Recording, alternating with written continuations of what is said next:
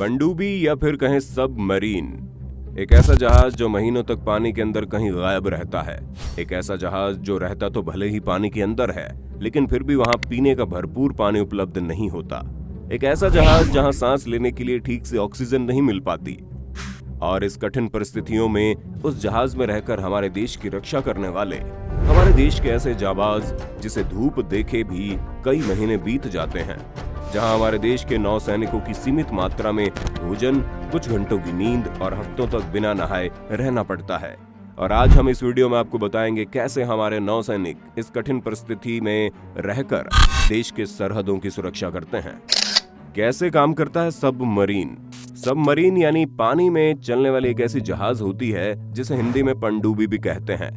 इस जहाज की सबसे खास बात ये होती है कि ये जहाज समुद्र की गहराइयों में गोते लगा सकता है। और इतना ही नहीं, कई महीनों तक ये लगातार समुद्र के भीतर रहकर अपने दुश्मनों की निगरानी कर सकता है। पनडुब्बियों को इतना मजबूत बनाया जाता है कि ये पानी के भीतर लाखों टन के पानी के दबाव को सहन कर पाए।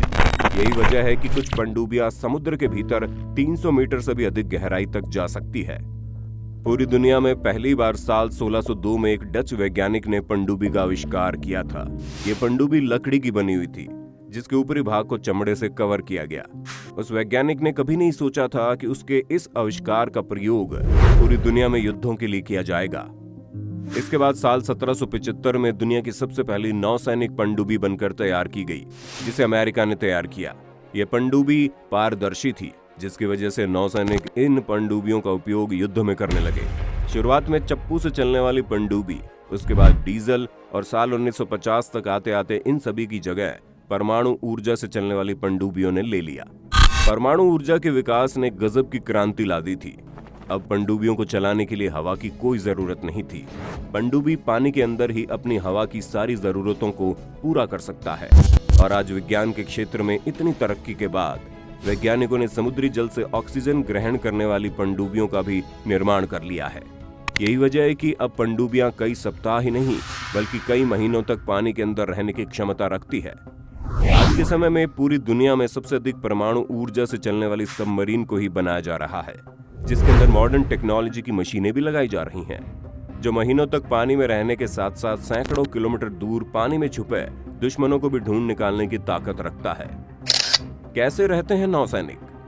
सबमरीन के अंदर की जिंदगी बड़ी कठिन होती है, जहां ऐसी परिस्थितियों में काम करना पड़ता है जिसकी आप कल्पना भी नहीं कर सकते। सबमरीन के अंदर बहुत ही कम जगह होती है, क्योंकि सबमरीन के अंदर मौजूद अधिकतर जगहों पर तमाम तरह की मशीनें मौजूद होती हैं। महीनों तक पानी के अंदर होने की वजह से पनडुब्बी में रहने वाले नौसैनिकों को धूप देखे बिना कई महीने गुजारने पड़ते हैं।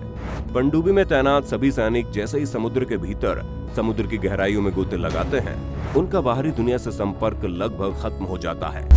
पनडुब्बी में रहने वाले सैनिकों को जब किसी मिशन पर भेजा जाता है, तब उन्हें खुद भी मालूम नहीं होता कि उनका मिशन क्या है और इस मिशन के लिए उन्हें कितने दिनों तक समुद्र के भीतर गश्त लगाने की जरूरत है, और उनका सामना कितना खतरनाक दुश्मनों से होने वाला है, और उनके वापस आने की संभावना कब और कितनी है।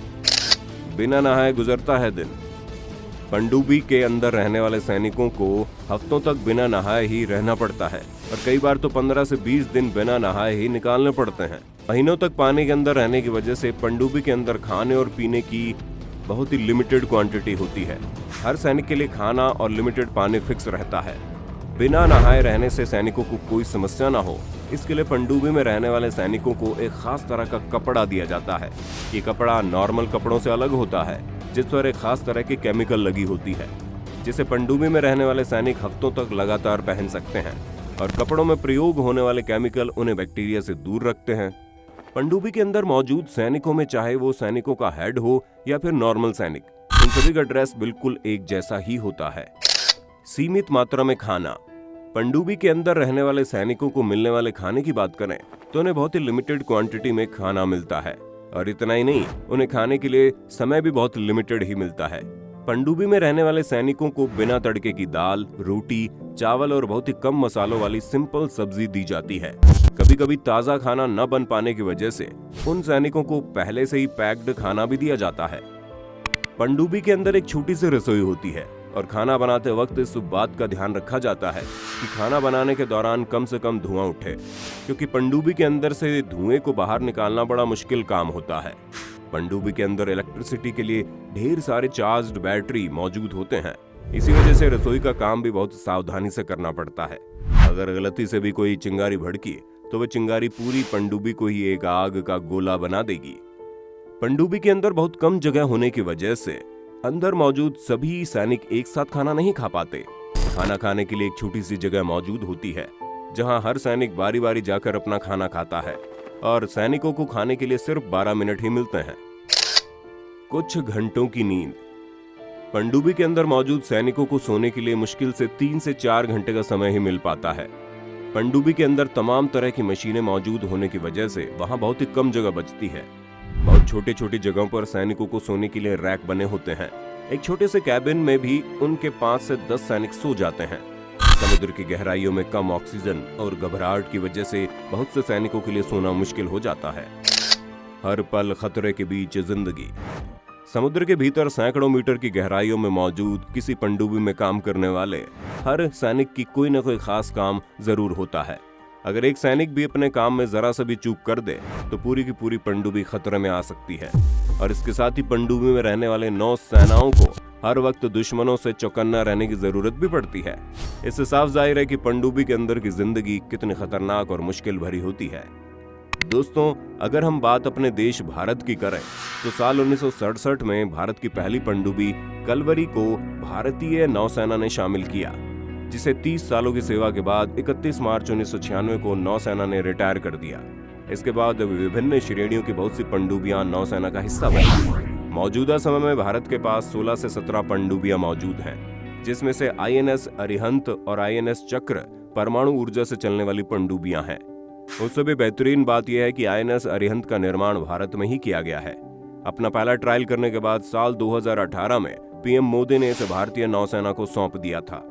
INS अरिहंत देश की पहली ऐसी पनडुब्बी है जो पानी, जमीन और हवा तीनों जगहों पर हमला कर सकती है। INS अरिहंत और INS चक्र में दुश्मनों पर हमला करने के लिए परमाणु हथियार भी लगे हुए हैं। आपको जानकर हैरानी होगी कि INS अरिहंत का वजन 6000 टन से भी ज्यादा है, जिसमें 15 मिसाइलें 750 किलोमीटर रेंज की और 3500 किलोमीटर की मारक क्षमता वाले 4 मिसाइल लगे हैं। सबसे ज्यादा पनडुब्बी। आपको जानकर हैरानी होगी कि इस वक्त पूरी दुनिया में सबसे अधिक पनडुब्बी उत्तर कोरिया के पास है। वर्तमान समय में उत्तर कोरिया के पास 83 से ज्यादा पनडुब्बियां मौजूद है। दूसरे नंबर पर आता है चीन, जिसके पास 74 पनडुब्बी है। तीसरे नंबर पर यूनाइटेड स्टेट अमेरिका, जिसके पास 66 पनडुब्बियां हैं। और फिर आता है रूस, जिसके पास 62 पनडुब्बियां मौजूद है। वहीं बात अगर हमारे देश भारत की करें तो मौजूदा समय में भारत के पास 17 पनडुब्बियां ही है। इस लिस्ट में भारत 8वें नंबर पर आता है, लेकिन भारत के पास INS अरिहंत जैसी खतरनाक पनडुब्बी मौजूद है, जिसकी बराबरी कोई नहीं कर सकता।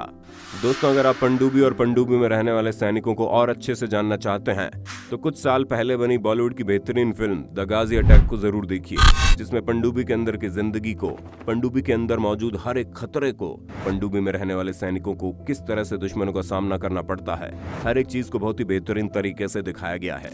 ये वीडियो कैसी लगी आपको? पनडुब्बी में रहने वाले नौसैनिकों की जिंदगी के बारे में आप क्या सोचते हैं? अपनी राय जरूर देना एक देशभक्त होने के नाते। वीडियो अच्छी लगी हो तो लाइक कीजिए, और अगर आपने अभी तक हमारे चैनल को सब्सक्राइब नहीं किया है तो जल्दी से सब्सक्राइब करके बेल आइकन को ऑन कर दीजिए, क्योंकि हम आपके लिए ऐसी ढेर सारे इन्फॉर्मेटिव वीडियोस लाते रहते हैं। मिलते हैं अगली वीडियो में नए टॉपिक के साथ।